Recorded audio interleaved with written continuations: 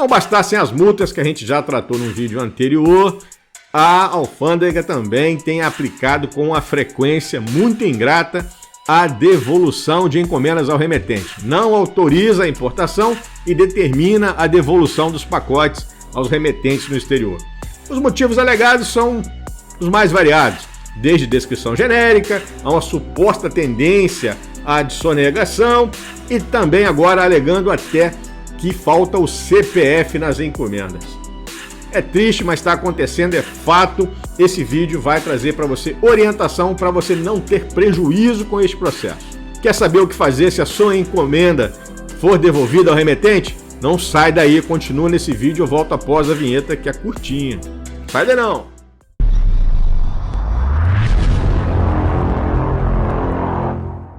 Pois é, meus amigos, não bastassem as multas que têm sido aplicadas aí com rigor excessivo, multa de 100%, os valores arbitrados também astronômicos que têm sido feitos em vários casos, a alfândega partiu para uma linha de devolver muita coisa ao exterior.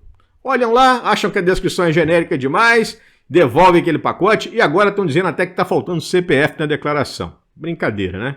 Tudo bem. Estão dizendo isso e os pacotes estão sendo devolvidos. E acaba que você fica com o abacaxi na mão, esse pacote vai retornar ao remetente. A gente já apresentou um vídeo que está aqui no card, apresentando para você como pedir o reembolso, abrir disputas, se for um caso do AliExpress. São os casos mais fáceis de resolver, mas tem uma galera que está sofrendo muito com essas devoluções de encomendas, que são as compras feitas nos Estados Unidos com redirecionadores. E quem compra produtos dos Estados Unidos, compra produtos bem mais caros. iPhones, perfumes, roupas, calçados. E a alfândega tem pegado pesado na avaliação disso e devolvido muita coisa para lá. Só que os redirecionadores têm dado de ombros dizendo que depois que a encomenda sai de lá, a responsabilidade deles acabou e que esses pacotes não estão retornando para eles. Como eles são uma empresa sediada em outro país, pouco resta fazer a nós do que deixar de utilizar os serviços deles se a gente teve um prejuízo e eles alegarem isso para a gente. Simplesmente muda de empresa ou então dá um tempo aí nas importações dos Estados Unidos, vão passar a importar da China, porque lá na China, pelo AliExpress, a gente resolve a situação para vocês. Mas o fato é que tem muitas pessoas que estão com esses pacotes sendo devolvidos ao remetente, a esses redirecionadores, a maioria dos casos, há meses e a coisa não anda. Você não sabe onde o pacote está, ele consta no rastreio que já foi encaminhado ao exterior, que já está em processo aduaneiro de exportação, mas não chega lá e o redirecionador alega que não recebe. Esse rastreio, depois de um tempo também, ele some, para de apresentar dados de rastreamento, isso acontece sim. O rastreio não é eterno, ele depois de um tempo ele apaga os dados de rastreamento e aí a pessoa fica num limbo, não sabe onde a encomenda está e o prejuízo está aí se a pessoa não fizer nada. Mas o que você pode fazer para resolver esse prejuízo? Essa é a resposta que você vai ter a partir de agora. Se a sua encomenda foi devolvida ao exterior e ela ainda não chegou ao remetente para que ele possa fazer o reenvio para você ou te reembolsar, o que você vai fazer? Você vai procurar o Juizado Especial Federal. É o Juizado de Pequenas Causas da Justiça Federal. A empresa Correios é uma empresa pública federal. O que é isso? Empresa pública federal é uma empresa que tem 100% do capital pertencente à União, pertencente ao governo do Brasil. Os Correios pertencem 100% ao governo. Por isso, todas as ações contra os Correios só podem ser propostas na Justiça Federal. E o melhor lugar para você propor uma ação contra os Correios é o Juizado Especial Federal, que tem uma tramitação mais rápida, não precisa de advogado e não tem nem exigência de custas para a propositura da ação. Mas o Correio alega que ele só deve satisfação ao remetente da encomenda, que somente ele pode pedir a indenização por danos materiais. É o que está previsto lá no artigo 11 do Regulamento Postal Brasileiro. Mas é um serviço concorrencial, os Correios deixam isso muito claro quando a gente fala em custo de despacho postal. Para justificar o despacho postal, eles bateram muito nisso, que é uma atividade concorrencial, que eles poderiam cobrar sim, blá blá blá blá blá blá. Eles estão sujeitos ao Código de Defesa do Consumidor e respondem por danos causados às pessoas, aos consumidores, pela falha no serviço cometido na sua operação. Veja o que diz o artigo 14 do CDC. Artigo 14. O fornecedor de serviços responde, independentemente da existência de culpa, pela reparação dos danos causados aos consumidores por defeitos relativos à prestação dos serviços, bem como por informações insuficientes ou inadequadas sobre sua fruição e riscos. O serviço é defeituoso quando não fornece a segurança que o consumidor dele pode esperar, levando-se em consideração as circunstâncias relevantes, entre as quais o modo de seu fornecimento, o resultado e os riscos que razoavelmente dele se esperam, à época em que foi fornecido. O serviço não é considerado defeituoso pela adoção de novas técnicas. O fornecedor de serviços só não será responsabilizado quando provar que, tendo prestado o serviço, o defeito inexiste, culpa exclusiva do consumidor ou de terceiro. Tá aí, os Correios têm a responsabilidade civil já prevista no Código de Defesa do Consumidor, se ele não provar que o fato decorre de culpa exclusiva de terceiro, que ele tomou todas as providências, ou seja, se ele conseguir eximir-se da culpa mediante prova. Ele tem que provar que ele prestou o serviço de forma adequada. E já existe uma jurisprudência nos juizados especiais federais, já definida pela Turma Nacional de Uniformização, que já afirmou a seguinte tese que deve ser seguida por todos os juizados especiais federais por todo o Brasil. Vou mostrar para vocês. Vamos lá. Este aí é um tema representativo de controvérsia que foi objeto de uniformização de jurisprudência, é o tema 185, já foi julgado, e a questão que foi submetida a julgamento foi a seguinte: saber se o extravio de correspondência ou encomenda pelos Correios, ECT, configura dano moral em ré ipsa. A tese firmada foi o seguinte: o extravio pela Empresa Brasileira de Correios e Telégrafos, ECT, de correspondência ou encomenda registradas e sem a demonstração de quaisquer das excludentes de responsabilidade, lembra que eu falei agora há pouco, acarreta dano moral em ré ipsa, ou seja, tem que indenizar. E esta indenização vale tanto para o remetente quanto para o destinatário. Já existem diversas decisões tomadas nesse sentido, eu vou mostrar uma para vocês aqui agora.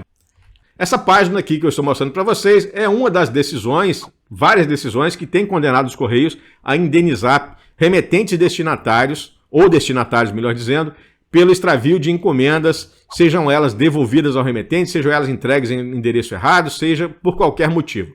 Os Correios, por serem fornecedor de serviço, e empresa pública federal também, que presta serviço de encomendas, eles têm responsabilidade civil objetiva, prevista lá no artigo 14 do Código de Defesa do Consumidor.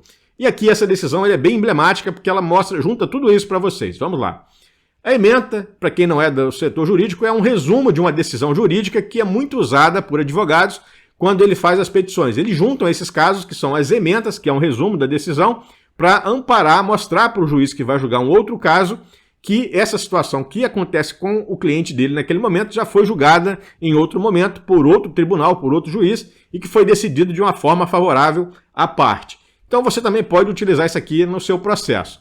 Essa ementa diz o seguinte: responsabilidade civil, ECT, falha na prestação, extravio de correspondência registrada, dano material, conteúdo não declarado, suficiência da prova, dano moral que decorre do simples extravio, indenização deferida ao remetente ao destinatário da encomenda extraviada, minoração do valor da indenização. Vamos ver aqui o que disse o tribunal, a 5ª turma recursal, ao julgar este recurso dos Correios para não pagar uma indenização que o autor tinha ganho em primeiro grau lá no Juizado Especial Federal de Origem. Diz o seguinte: primeiro, a responsabilidade da ECT, dos Correios, decorre de falha na prestação do serviço, tem natureza objetiva. A teor do artigo 37, parágrafo 6º da Constituição Federal, não havendo que se indagar a respeito da culpa da demandada, bastando a existência de defeito do serviço, dano, nexo de causalidade entre o defeito do serviço e o dano. Anota isso aqui que depois a gente vai falar sobre isso. A ausência de declaração do objeto postado não constitui óbice, ou seja, não constitui impedimento à fixação de uma indenização, admitida a comprovação por outras possibilidades de prova em direito admitidas. Ou seja, não é pelo fato de que não havia uma declaração de conteúdo com valores naquele pacote extraviado que os Correios não têm obrigação de indenizar. Você pode provar isso pelos vários meios possíveis. O acervo probatório demonstra que a correspondência extraviada continha o objeto indicado na inicial. Inicial é o pedido feito pela pessoa, onde é a petição inicial, devendo ser mantida a condenação por danos materiais. Aí entra outra questão. Esta 5ª turma recursal, na esteira da jurisprudência da TNU, Turma Nacional de Uniformização e do STJ, Superior Tribunal de Justiça, consolidou o entendimento de que o extravio de correspondência ou encomendas registradas, passíveis de serem rastreadas, isso só vale para encomendas com rastreio. Encomendas U, aquelas com rastreio U, não tem como, infelizmente. São encomendas passíveis de serem rastreadas. Como ocorre no caso em apreço, acarreta dano moral em ré ipsa. Dano moral em ré ipsa significa que comprovou que houve falha em serviço, os Correios têm que indenizar a parte em danos morais. 4. Todas as pessoas afetadas por eventual falha no serviço prestado detêm legitimidade ativa para requerer reparação por danos, sendo que a lesão causada pelo extravio de mercadoria atinge de igual modo o remetente e o destinatário, consumidores finais dos serviços prestados. Nós somos consumidores finais dos serviços prestados pelos Correios nas nossas encomendas internacionais. O remetente do exterior manda para cá, chega nos Correios, os Correios vão entregar para a gente. Nós somos os consumidores finais do serviço dos Correios. Mantida a sentença na parte em que deferiu indenização por danos morais, tanto para o remetente quanto para o destinatário da encomenda extraviada. Com relação ao valor da indenização, esta turma recursal entende como adequado e suficiente para a hipótese de extravio da correspondência registrada o valor equivalente a 5 salários mínimos na data da prolação do voto, na data em que o voto foi publicado. Impõe-se assim a minoração da indenização fixada na sentença para o montante correspondente a 2,5 salários mínimos para cada um dos autores. Recurso da ECT foi parcialmente provido. Tá aí, pessoal. Essa decisão mostra que tanto o remetente quanto o destinatário podem propor uma ação para reparação de danos morais em face dos Correios pela má prestação do serviço. E a devolução de uma encomenda ao exterior que não é processada, que não tem fim, que não chega ao remetente, configura uma falha em serviço. O que os Correios vão ter que provar é que eles cumpriram a devolução. Mas como? Se a encomenda ainda não chegou ao remetente, não tem como mais você rastrear. Outra dúvida que as pessoas têm é o seguinte: mas Marcos, o pacote foi devolvido lá por problemas na declaração de conteúdo. Vai ter algum problema se eu mover uma ação contra os Correios?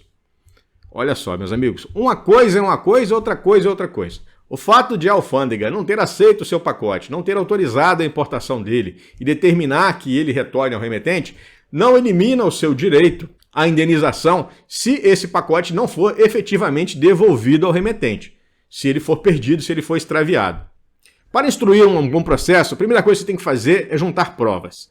A primeira prova é o rastreio. Printa o rastreio completo, gera um documento em PDF ou JPG para você anexar no processo. Primeira coisa que você tem que fazer, imprima em papel também. A segunda coisa que você vai fazer é ir no site dos Correios, lá no portal de reclamações, vai abrir uma ocorrência pedindo informação sobre o atual paradeiro da sua remessa postal. Onde está atualmente, para quem os Correios entregaram essa sua encomenda. Já que no rastreio não aparece, você não tem mais a informação se ela foi efetivamente entregue ao remetente. Você vai fazer isso e vai esperar a resposta dos Correios.